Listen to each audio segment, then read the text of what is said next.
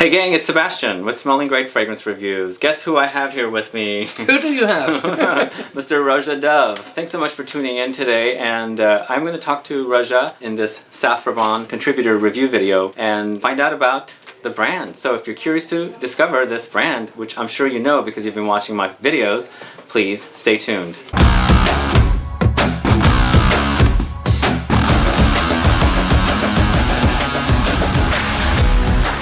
So tell me, when is it that you discovered that you had a passion for perfumes and perfumery? I always say I was 6 or 7, but I don't really know how old I was. Oh, I was a small boy. My mother came and gave me a kiss goodnight. I remember the smell of her face powder, her perfume, how she was dressed, and it was the first time I made a connection between a minute in time, perfume, and a person. And I always say that was the minute I believe I was put on a path I was born to walk down. Wow. So it was a long time ago. It was a long time ago. What made you decide to start a perfume brand then?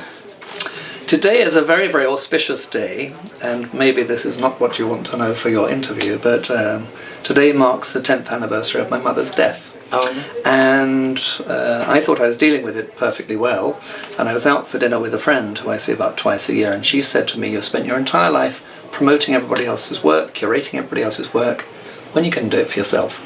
And I decided that what she was telling me was right, and that I would start to create my own brand. And so in 2011 we launched Roja Parfums on July the 2nd, and I'm very proud to say that it's been a huge success. We're now in over 50 countries and in over 300 stores around the world. It's totally self-funded British brand. I'm very, very proud of that fact. That's awesome. What part of being part of a perfume brand do you enjoy the most? I love the fact that it's my own brand, so therefore I can do what I like, that I'm not answerable to anybody, which I think is a really good thing.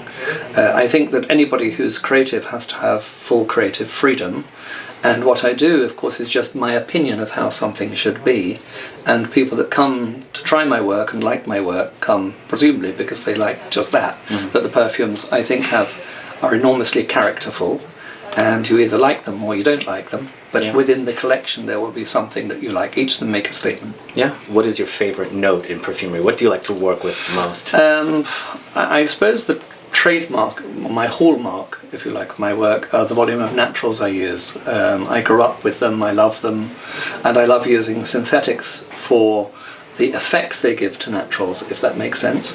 I often make a comparison with fabric and say that if you have a t-shirt made out of 100% cotton, by the end of the day it looks terrible. If you put 1% elastin or spandex in, it actually makes the cotton perform better. Totally. Rather than a t-shirt that's made of 99% spandex or elastin, which would be, in my opinion, horrible to wear, but that's another story. So I like, my favourite materials, to answer your question, are leather notes. I adore them. I particularly like materials like labdanum. I love ambergris. I'm one of the last people to use natural ambergris. I use it often in my work. I adore jasmine. I like frankincense. You know, it's a difficult one to answer. Okay, there's too many good ones out there. But I love leathers, and I like a lot of the gum resins. I think the effect, you know, whether you go into something like frankincense, which works really well with some of the woody notes like cedarwood and vetiver, or very, very soft gums like benzoin, which of course are the base of ambers. I adore them. Yeah. Is there a note that you haven't really worked with in your brand, or have you? There are some materials, of course, that I absolutely dislike. So I don't like most of the so-called marine notes. Me too. I think they're not my taste. I don't like them. I've worked with the so-called gourmand notes very specifically. So when you take materials like ethyl maltol, which is the base of angel and these type of scents, I don't like those materials personally. So if you take something like Sweety Aoud, one of the ouds I made, I in fact went to a food manufacturer. So the notes I've used are very, very unusual because they're not really often used in perfumery and give a very particular effect, which is original, because I think otherwise the thing's going to end up smelling like a million other things you've smelled before. Totally. I haven't smelled Sweety Aoud, unfortunately, so I'll have to smell it. I'll give you a minute to smell it. Tell me what you think. What is your most favorite creation? And yeah, let's start with that one. That's a really tough one. I would say there are two scents that I hope that I'm always remembered for making, which isn't quite answering your question, but I'm really proud of Diaghilev. if I'm remembered for doing anything, I hope I'm remembered for making that. Oh, wow. I also would like to say, and it's just my opinion, that the Vetiver I've made is, I think, the best a Vetiver can be, to my knowledge. I made that, it's a very personal scent. I made it for my partner. I've lived with him for 44 years. One day he didn't like the scent that he wore. It was a very famous Vetiver, but it had been changed. And so I was in the south of France and decided I'd make that as a gift for him. So wow. there was a lot of personal investment in that. That's a great creation. gift. And then my favourite scent, which was the root of your question, is Roja Haute Lux. It's a scent I actually make for me, and I make it every day. On my birthday every year, I make that perfume. Make 250 bottles of it for the world. Wow. I never wear anything but it. So I think it's true to say that I like it. Yeah. We have a little collection of my creations. There are 5 of them. The ones with the violet coloured caps. Anywhere you see me, you'll always see violet, like the carpets and the curtains and the cushions and the lampshades and everything. Violet, my favourite colour. Oh, yeah. And so the ones with the violet cap, it's a very soft message that the story behind those scents is a very personal story. It's something to do with my life in perfumery. Nice. And that's where Haute Lux sits. I see. What is your favorite perfume related to the creation process of it? Not necessarily like as a smell. What was the most interesting creation process when you created a perfume? Like, what's your favorite one? That's a tough question, I think. That's a very tough question. I'm assuming each perfume requires different things, but one was probably the most interesting or the most exciting. That really is very difficult. I mean, I was asked to, it depends how you look at it, I was asked if I'd make the scent of Rolls-Royce. So to be able to make a scent that captures, of course you don't want a scent that actually smells of a car, you want something that captures the idea of what it might be like to be inside this car, being surrounded by luxury. So that was a very interesting process. I was asked years ago if I would make the scent of the £10 note. We were just, I mean, this is very esoteric, but I was asked, could I capture the smell of the £10 note, because we were about to lose paper ones and have them replaced with plastic. Oh, wow. And so I made that. It was totally esoteric, of course it wasn't to sell, but the Times newspaper asked if I'd do it at the financial section, and then they said, how much are you selling it for? And I said, well, I'm not selling it at all, I made it because you asked could I, and so that ended up getting auctioned off to help charity for young homeless people, which was really nice. As a creative process, I would say the most interesting perfume was a scent which is called Great Britain.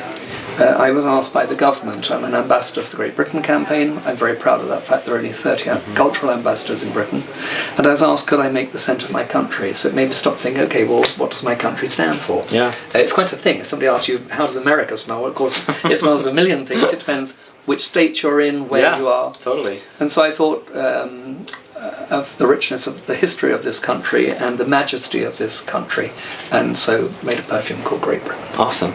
That's a great answer. Now I've reviewed probably 8 different fragrances of yours, and my audience knows your brand. Anything you want to tell them? One of the things I'd say about my work, I hope that I'm a very free-spirited human being. I've always had the thing that I understand that when you smell a scent, it's such a personal thing. So I really don't mind if people say they dislike something I make intensely. I love it if people say they love something I make. The one thing I'd be upset by is if somebody said something I made was quite nice, because quite nice says banal and vapid, and I'm not a banal or a vapid human being. I think that perfumes are really like getting to know people. I think scents that you think you love, the instant you smell them, very often I think it's a very short-lived love affair. I think that when you spend time getting to know a scent, like as you get to know a person, it adds richness to it, so give time. I've always said it's foolish to choose a scent in a hurry. Scents are like love affairs. You only know if the relationship's going to work if you spend the night together. So put the scent on, wear the scent, see how it makes you feel, and hopefully you'll fall in love with it. And so a new love affair begins. Oh, awesome. That's a great way of explaining it. Guys, thanks so much for watching this video. If you have any questions or comments for me or Mr. Dove, please put a comment down and hopefully we'll get to answer it for you. Other than that, please like this video, please share it, follow me on Facebook, Twitter, and Instagram, and I'll be back with more videos very soon. And I'll be really delighted to answer any of your questions, because I'd be fascinated to hear what your viewers think about the interview. Awesome. And it's the first time that anybody's ever asked to do that, so it's a world first. Oh, thank you. We're going to do it together. Thank you very much.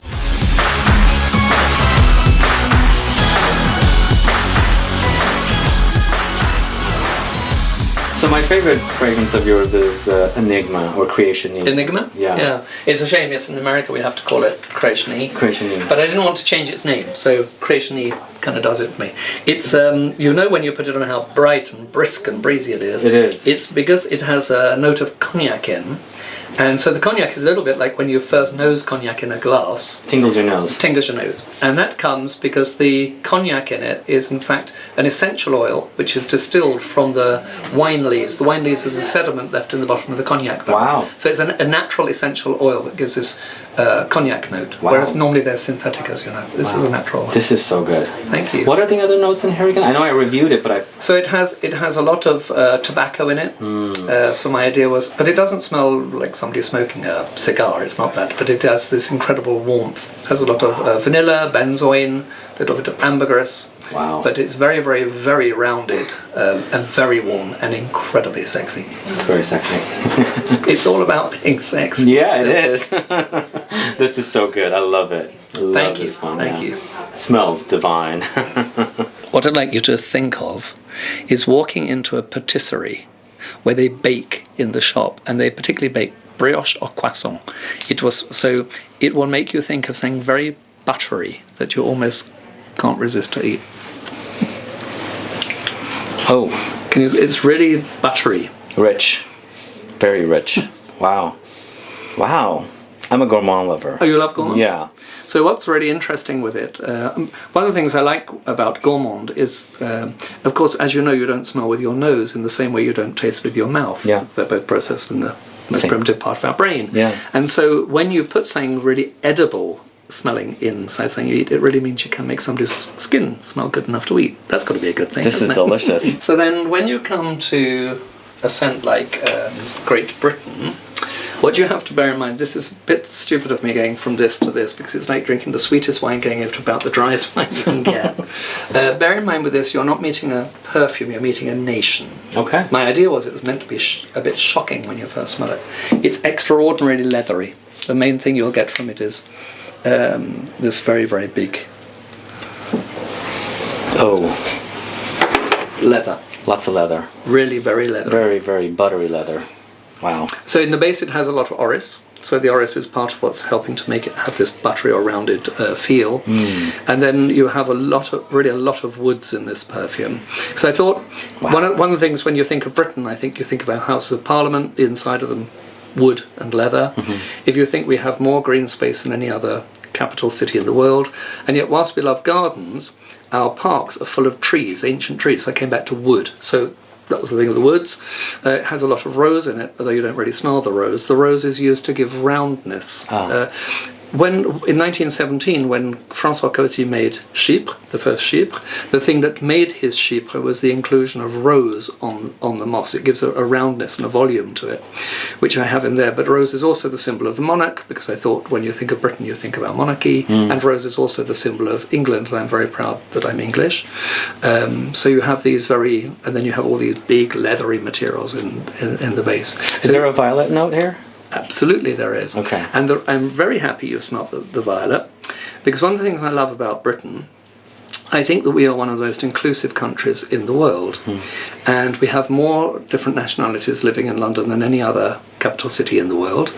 And I like the idea that this big majestic scent, if you think of it as a country, allows something as delicate as a violet to survive in the middle. Wow. The violet you can destroy just by walking in a woodland. You could crush it not even knowing you've done it. Absolutely. So the violet suggests the person who doesn't fit in with the mass, the artistic, the delicate, the being supported by the strength of the thing that's around it. Wow. So and that is a really classic, what is called, as I'm sure you know, a Russian leather, Cuir de Russie. Yeah. And nobody really makes these classical Cuir de Russies anymore.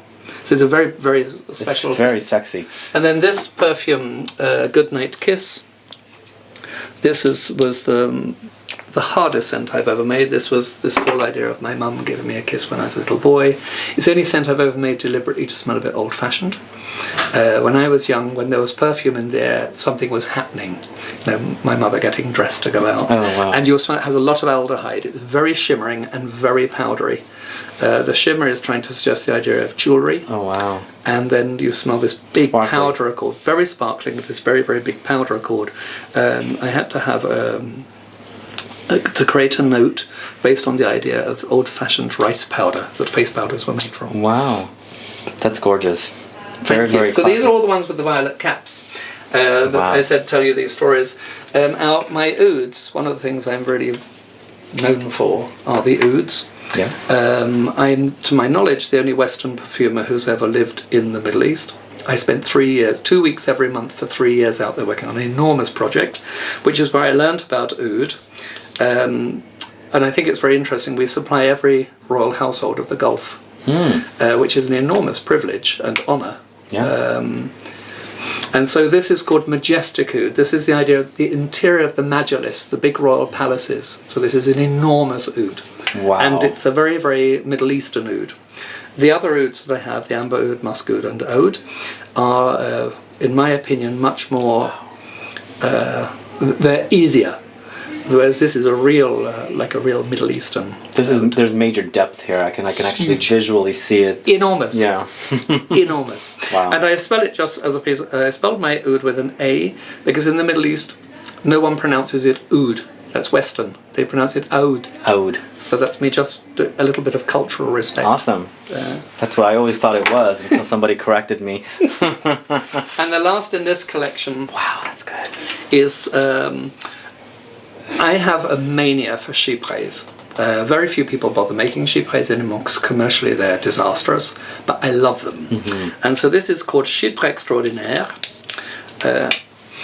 And this is the latest, right? And it has a huge note of tuberose. And the tuberose is wrapped around with these mosses and woods. However, this is the only Chypre I've ever made that doesn't have oak moss in it. Wow. And we can use oak moss still. We have to have certain natural isolates removed, which cost a lot of money to do. So everybody says, oh, you can't, but it's not true. You can, you just need to pay the money. But I thought, okay, well, the day might come when actually they really can't be used. So this is the first Chypre I've ever made. And you really have the feeling there's moss inside, but there's none. Wow, it's gorgeous. Thank you. So luxe. Thank you. Yeah. And then I learned a little thing, and I can't say the brand because it would be very unprofessional of me, but when I launched, something tickled my humour. When we launched Elysium, I came with an idea for a name, and I called this Parfum Cologne. So I wanted something that gave you the freshness of eau de cologne, but the lasting quality of an eau de parfum. And I see that a very, very, very major company are just about to launch a perfume cologne. They say imitation is the greatest form of flattery, don't they? Wow. So this is interesting. This has so it has enormous freshness. You get a lot of lime and pink pepper, so it's really dynamic at the top of it.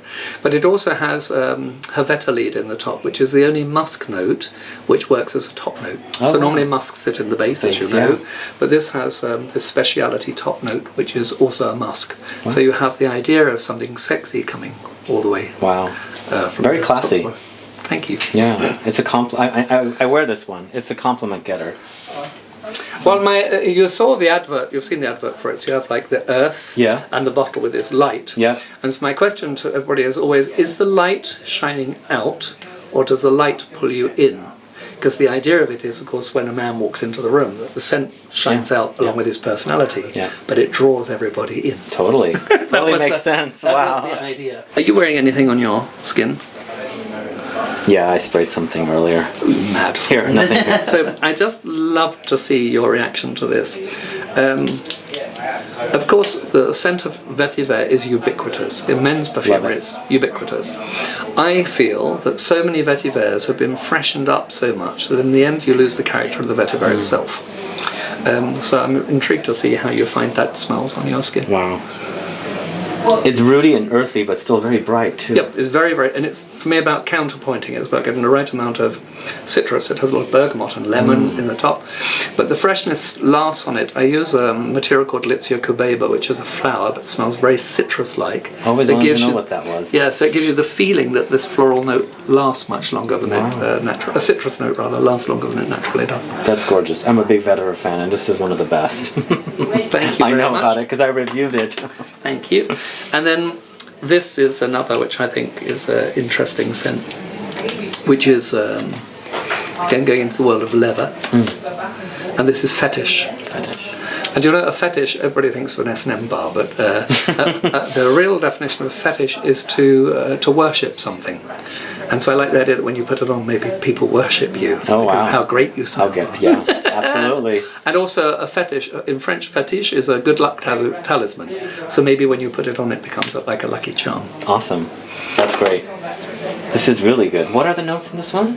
A lot of labdanum. Okay. It has something called bouleau, which is maybe the most leathery material that exists. It comes from the silver birch tree. You have a lot of vetiver in it, a lot of cedar wood in it. Wow, it's gorgeous. Thank you. Yeah, totally. Awesome. Great. Wow.